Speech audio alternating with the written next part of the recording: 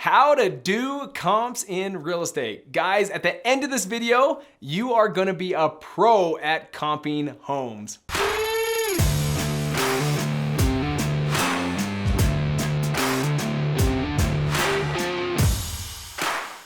Are you wondering what the value of a home is?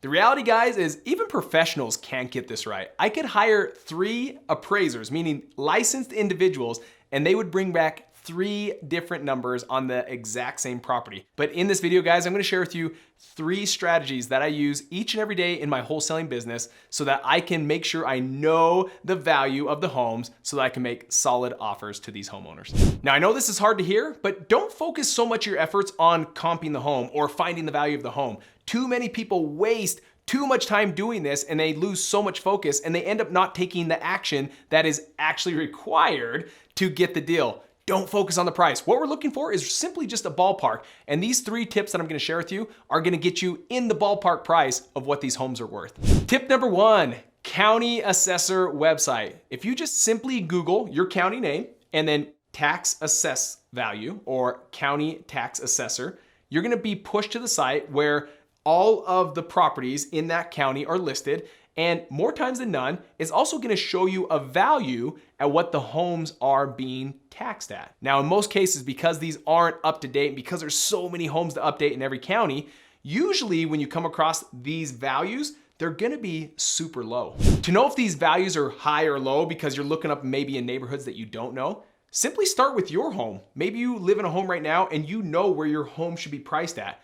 Go on the county tax assessor's website and look up what they're valuing your home for, or how much they're taxing you for. You may find out that, whoa, that is super low. Now, to your benefit, you're paying taxes on the lower amount, but find out what is the percentage, how much lower. If you say your home's worth $300,000 and they're saying it's worth $200,000, what is that percentage? What's that difference so that you can begin to understand that it's probably universally around all the different neighborhoods around you, they're probably gonna be that percentage low as well. Knowing this first little strategy is gonna help you get to that ballpark number super quick so that when you're on the phone with someone, you can really do this real time with them. Get that ballpark number. Don't look and focus for like an exact number. Remember, the professionals, they can't even do it. So just look for the ballpark, and tip number 1 is a simple way to do that. Tip number 2, this is Zillow. Now, many of you might like just figuratively just slap me across the face. I get it, Zillow for the most place is wrong, and it has so to the opposite of the county tax assessor, it's super high. Like people are saying, my home, Zillow says it's worth $500,000 when it's worth like $250. So it can be misleading, but I'm not looking for the Zestimate, what they think your home is worth.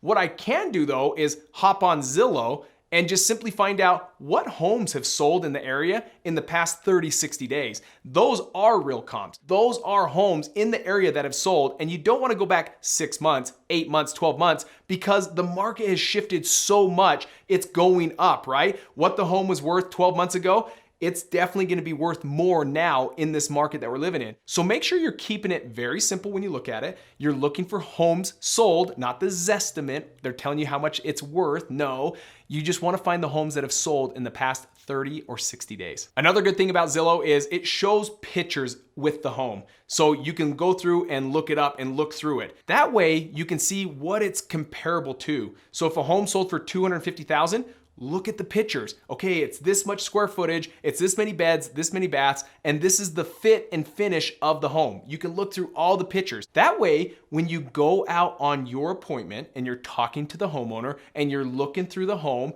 you can really start to gauge and look at it and say, okay, this is in the same condition of that home that I looked up on Zillow that sold 30 days ago and it sold for this. So you know the price and you know you need to, and if you guys are subscribed to my channel, I'm a big fan of getting homes at 50, 60 cents on the dollar with a strategy called wholesaling.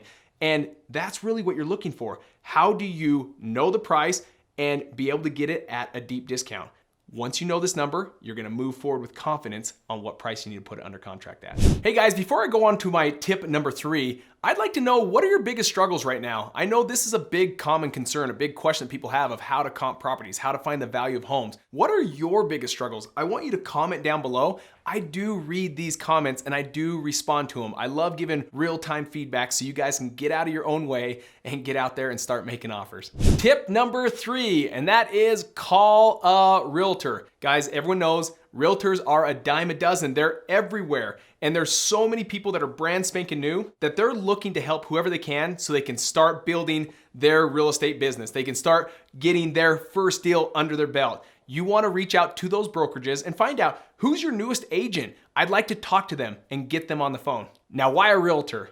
Because for those of you that live in like a non-disclosure state, and if you guys just simply Google non-disclosure states in the United States, you'll find out there's 12 states that are a non-disclosure state. What does that mean? It means these are states that don't show you the prices of what homes sold for. They don't list it on your transaction when you sell, when you close. Where a disclosure state, when a home sells, they're listing it right there on the county website what those homes sold for when you look them up. So it's crucial to understand that if you're in a non-disclosure state, a realtor can be your best friend because they have access to what's called the MLS, where all the homes are listed and all the prices of what homes have sold for. So if you can reach out to a real estate agent, they can get you access to that MLS.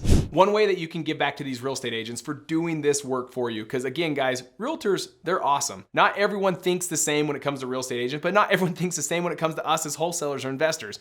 You want to work with ones that are investor friendly, but I seriously like the ones that are brand spanking new and find ways to help them. In return, bless their life and serve them. So when they're going out there and finding out what the price of these homes are, because they can literally do a comparable analysis for you in seconds. They're trained to do that. They can find out what the home's worth in its current condition. And they can also probably help you at what price point you need to put it under contract for. Now, in doing so, let them know that when you go on appointments and you end up finding out that the deal just isn't a deal, it doesn't make sense for them to use you as a wholesaler, they're not looking for a cash offer, that you will prep that lead, prep that seller to use this realtor that you're working with for a listing. Guys, brand new realtors are looking for listings. It's hard to do. There's a ton of real estate agents out there. So if you can serve them and show them the big picture, hey, in doing this, I'll do this in return. You'll find out that you're gonna collaborate and win together. Now, here's a pro tip. Guys, like I said before, it's not about getting a definite number. It's not about knowing the exact number of what a home's worth. When you go on those appointments, it's all about entering with a ballpark number of what you think it's worth. But the goal is, and it sounds simple, is just get it as low as possible. Ask what they want for it and send out little anchors. Hey, I don't know if I can do 250,000, but what if? What if I could do 150,000? Now, instantly they're gonna be like, no, I can't do 150,000. So that's when you can just wait and sit there and say, okay, how close can you get to that number? And then just sit there and you're gonna get them as low as possible. That's the name of the game. There really is no method in finding an exact number of what a home's worth, but what you can do is work hard at getting that home as low as possible. And that really comes down to your negotiation skills. Hey guys, if you wanna know what my negotiation process looks like for my business and the exact strategies that I use, be sure to check out my video, How to Be a Successful Real Estate Negotiator, where I go in depth some of these strategies so that when you're out on the appointment, you can get those homes as low as possible and walk out with the contract.